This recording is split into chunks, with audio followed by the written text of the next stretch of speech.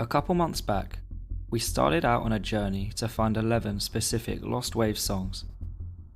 Since then, it's fair to say we've built a lot of momentum and managed to strike half of them off the list.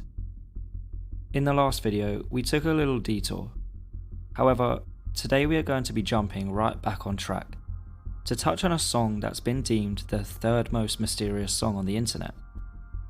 Sit back and relax as we dive into the world of Light the Lanterns.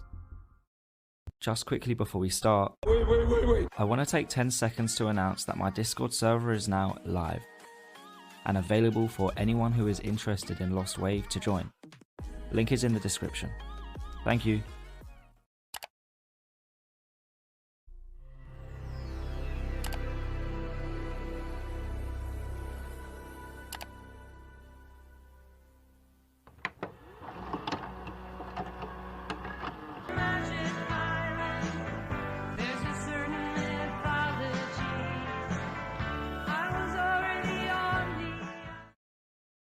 Also known as Illumination Night or Legacy, it is a folk rock song that was originally posted on YouTube by Windows to Sky in 2019.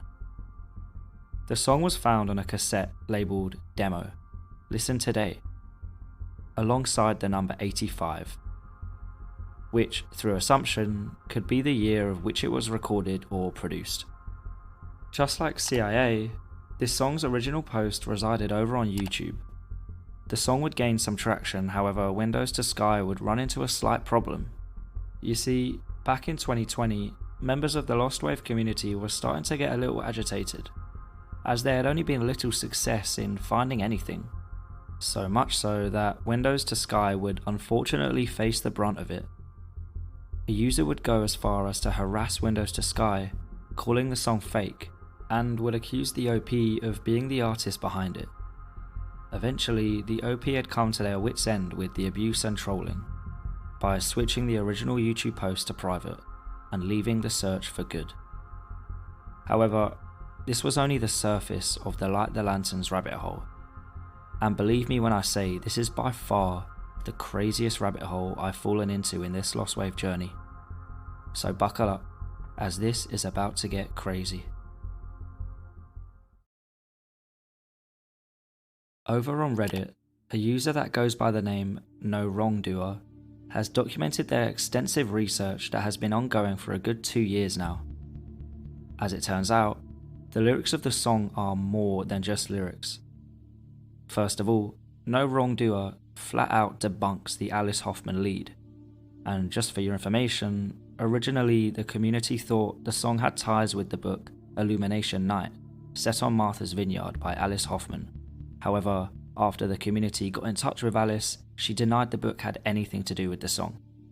Anyways, ample research using the lyrics as a base meant that No Wrongdoer could link the magic island as mentioned in the song to unarguably the southeast Farallon Island, San Francisco, California.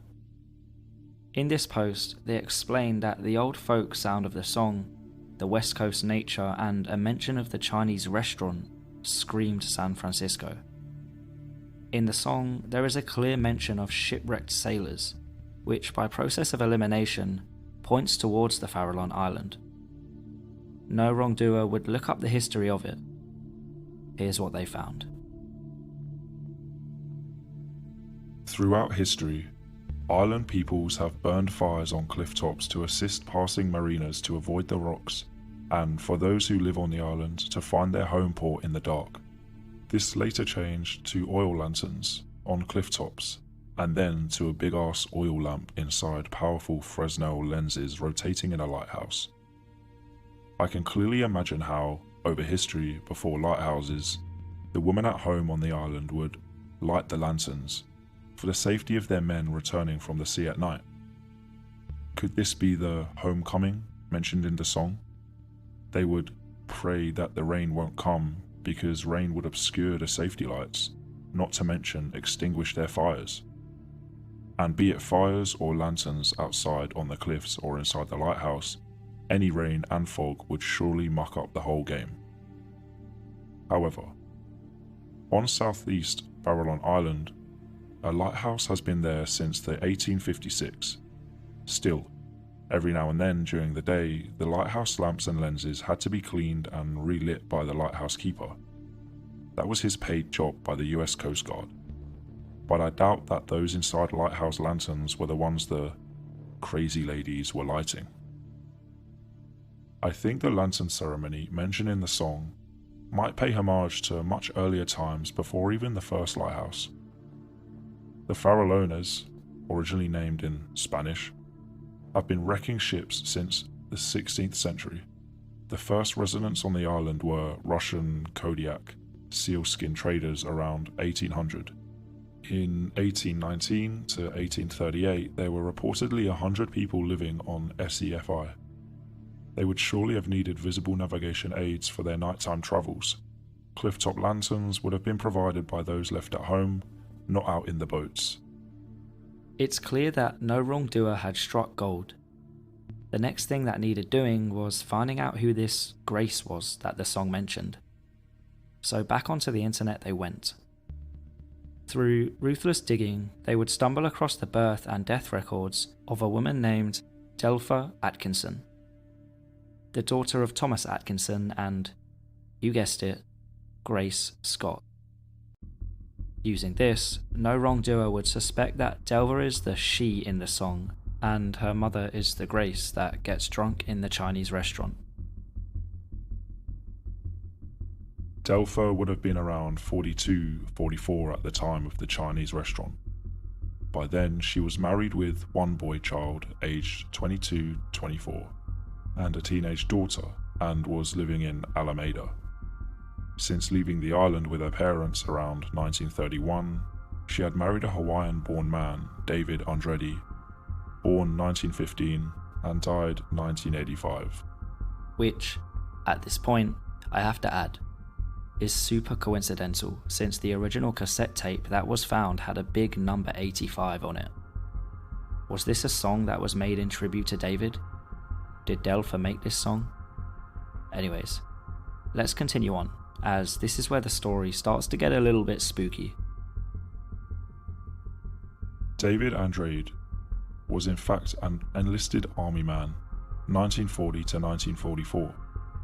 Oh my god, what if he was one of the shipwrecked soldiers on the transport ship of 1944, arriving home from the Pacific Theatre? Delva and David must have met and married 1944 to 1947, since she bore their first and only son, at the time, in 1948. So, if by coincidence he was one of the 1944 shipwrecked sailors on the SS Henry Bear, Delva may therefore have been especially attached to maintaining a ceremony honouring his misfortune and survival, as well as the Island Illumination Night ceremony from her childhood. Delpha died in 1993, aged 66. Her son at the time died in 1978, aged only 30. Her daughter Denise, born 1954, may still be alive. I know that this is a lot to take in right now, but let's keep pushing on. Over on the re-upload of the original snippet on YouTube, deep into the comment section lies a post that seems to suggest that someone from the Lost Wave community had done some digging into this, and had gotten into contact with a woman called Denise, who had a similar story. After digging through Reddit, it turns out that throughout their extensive research, no wrongdoer had actually found Denise, and is in contact with her as we speak. They have kept the email and Denise's identity away from the spotlight in hopes to protect the 70-year-old from countless Lost Wave spam that we know exists. Anyways, this is what Denise wrote. Delva was in fact born on the Farallon Islands in 1927 to lighthouse keeper Thomas Atkinson and his wife Grace. It was by no means a magical island. The lanterns may very well have been referring to the lighthouse light itself, and or lantern light that was the main form of residential lighting and carried about. The islands are located approximately 40 miles west of San Francisco. Frequent trips into SF were for doctor visits and such, And yes, Grace liked her drink. Life was very hard on the island, and there were 3 gingerbread-type homes on the island. The islands were governed by the US Coast Guard. The family of 3 left the island in 1930.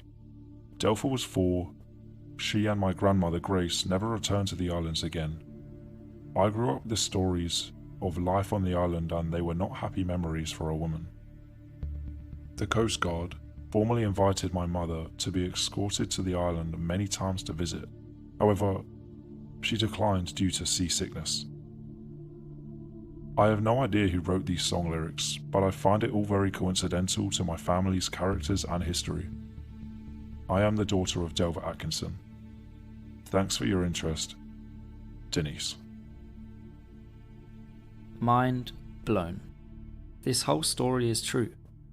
Now backed up with links to Ancestry.com, over the course of a few years, no wrongdoer had unearthed a story of a family that had resided on an island in San Francisco.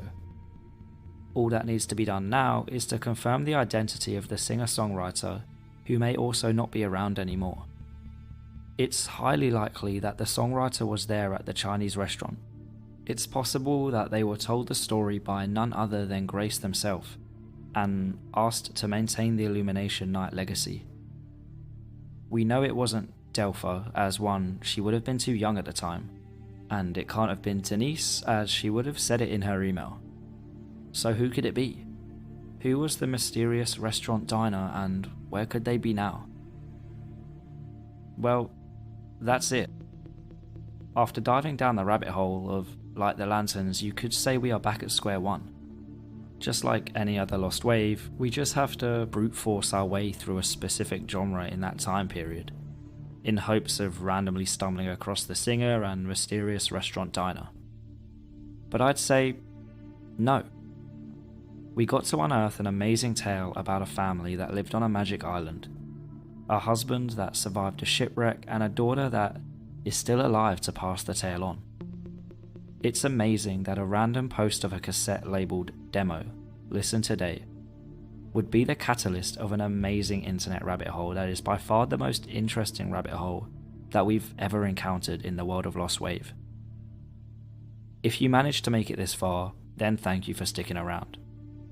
If you enjoyed the video, then please consider leaving a like and subscribing, and hopefully I'll see you in the next one. Ciao.